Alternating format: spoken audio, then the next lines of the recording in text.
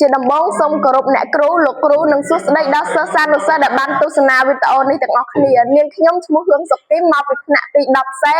ដែលជាសមាជិកនៅក្នុងក្លឹបគណិតនៃវិទ្យាល័យគប់ព្រីងដែលនៅក្នុងថ្ងៃនេះផងដែរនាងខ្ញុំមកបកស្រាយនៅចំណុច 3.2 ពន្លាតគប់នៃទ្វេធា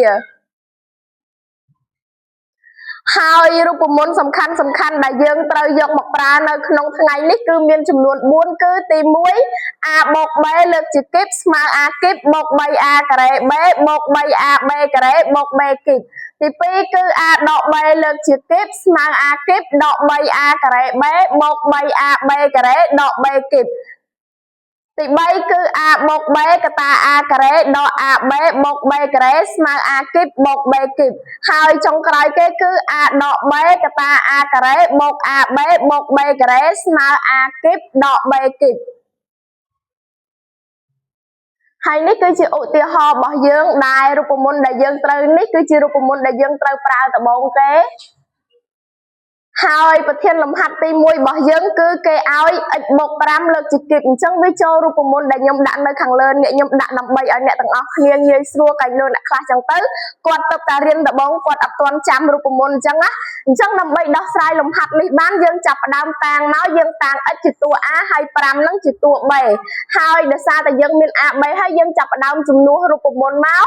ដែលមុនដំបូងហ្នឹងគឺស្មើ a គីបបូក 3a ការ៉េ b បូក 3ab ការ៉េបូក b គីបអញ្ចឹងយើងចាប់ផ្ដើមជំនួសរបស់យើងចូលអញ្ចឹងបាន x គីបបូក 3 គុណនឹង x ការ៉េគុណនឹង 5 បូក 3 គុណនឹង x គុណនឹង 5 ការ៉េបូក 5 គីបអញ្ចឹងស្មើ x គីបបន្ទាប់មកយើងចាប់ផ្ដើមគុណមក3 5ដង15គុណនឹង x ការ៉េ 15x ការ៉េហើយបូកនេះ5ការ៉េ25គុណនឹង3ស្មើ 75x ហើយ5គីបស្មើ125អញ្ចឹងយើងបានបូក125អញ្ចឹងយើងថយមកដូចនេះ x បូក 5 លើកជាគីបស្មើ x គីបបូក 15x ការ៉េបូក 75x បូក125ចូលឧទាហរណ៍ទី2វិញម្ដងគឺយើងប្រើរូបមន្តនឹងដដែលទេគ្រាន់តែបដូរសញ្ញាដកអញ្ចឹងដែរប្រធានលំហាត់របស់យើងគឺ y ដក4លើកជាគីបអញ្ចឹងយើងចាប់ផ្ដើមតាំងធ្វើដូចមិញដដែលមកយើងតាំង y ហ្នឹងជាតួ a ហើយ4ហ្នឹងជាតួ b ហើយចាប់ផ្ដើមជួសចូលរូបមន្តរបស់យើងដែលអញ្ចឹងយើងបាន y គីបដក3គុណនឹង y ការ៉េគុណនឹង4បូក3គុណនឹង y គុណនឹង4ការ៉េបូក4គីបស្មើ y គីបដក12 y ការ៉េបូក48 y បូក64អញ្ចឹងដូចនេះ y ដក4លើកជាគីបស្មើ y គីបដក12 y ការ៉េបូក48 y បូក64ចូលដល់ឧទាហរណ៍ទី3យើងវិញម្ដងដែលលំហាត់នេះគឺយើងប្រើរូបមន្ត a បូក b កតា a ការ៉េដក ab បូក b ការ៉េស្មើ a គីបបូក b គីបដែរ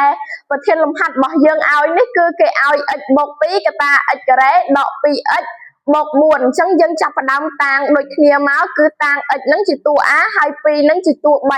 ហើយដើម្បីដោះស្រាយលំហាត់នឹងបានគឺយើងចាប់ផ្ដើមបំបែកវាឲ្យចូលរូបមន្តនៅខាងលើហ្នឹងមកអញ្ចឹងអានោះគឺយើងបែកទៅអានោះតួ a តួ b អញ្ចឹងបាន x បូក 2 ដដែលហើយនោះបាន x ការ៉េដក 2 គុណនឹង x 2គុណនឹង x ហ្នឹងគឺមានន័យថា a គុណនឹង b ហើយបូក 2 ការ៉េ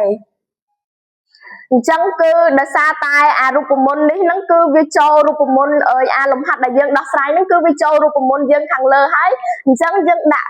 មកត្មងមកវាស្មើ a គីបបូក b គីបដែល a គីបរបស់យើងគឺតួ x ហើយ b របស់យើងគឺតួ2អញ្ចឹងបានស្មើ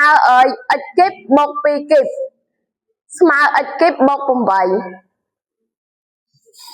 អញ្ចឹងដូចនេះ x បូក 2 កតា x ការ៉េដក 2x បូក 4 ស្មើ x គីបបូក8ហើយនេះគឺជាលំហាត់ទី4របស់យើងដែលរូបមន្តនេះគឺដូចតែអាមុនទេគ្រាន់តែខុសសញ្ញាមួយរូបមន្តដកហើយមួយទៀតរូបមន្តដករូបមន្តបូកដែលប្រធានលំហាត់គេឲ្យហ្នឹងគឺ x ដក6កតា x ការ៉េបូក 6x បូក36អញ្ចឹងយើងធ្វើដូចតែលើកមុនដែរមកយើងចាប់ផ្ដើមតាំងតួ x ហ្នឹងជាតួ a ហើយ6ហ្នឹងជាតួ b បន្ទាប់មកយើងជំនួសចូលរូបមន្តខាងលើ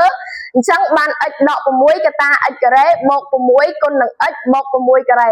អញ្ចឹងបន្ទាប់ពីវាចូលរូបម មុនរបស់យើងហើយយើងចាប់ផ្ដើមដាក់វាស្មើអានេះមកគឺស្មើ a គីបដក b គីបដែលតួ a របស់យើងគឺ x ហើយតួ b របស់យើងគឺ6អញ្ចឹងស្មើ x គីបដក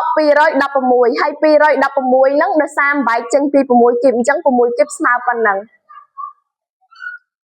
អញ្ចឹងយើងឆ្លើយមកដូចនេះ x ដក6កតា x ការ៉េបូក 6x បូក36ស្មើ x គីបដក216